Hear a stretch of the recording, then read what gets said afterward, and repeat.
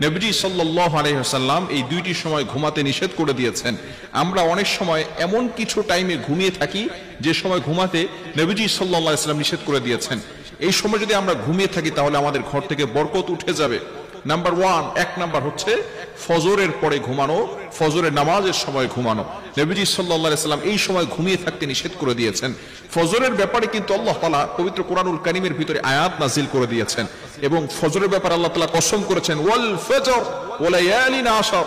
আল্লাহ পাক রব্বুল আলামিন এই ফজরের ব্যাপারে কসম করেছেন। শুধু তাই নয়, এই সময় কিন্তু আসমান থেকে ফেরেশতারা রহমত নাযিল করেন এবং রিজিক নিয়ে প্রত্যেকটা ঘরে ঘরে পৌঁছে দেন। এখন যদি কোনো বান্দা সেখানে ঘুমিয়ে থাকে ফজরের সময়, তাহলে কিন্তু তার ঘরের ভিতরে বরকত নিয়ে যাওয়া হয় না, সেগুলো জঙ্গলে নিয়ে হিংস্র যে সমস্ত প্রাণীরা আছে তাদেরকে দিয়ে দেওয়া হয়। শুধু তাই নয়, বুখারী শরীফের হাদিস, নবীজি সাল্লাল্লাহু আলাইহি ওয়াসাল্লাম এই ফজরের ব্যাপারে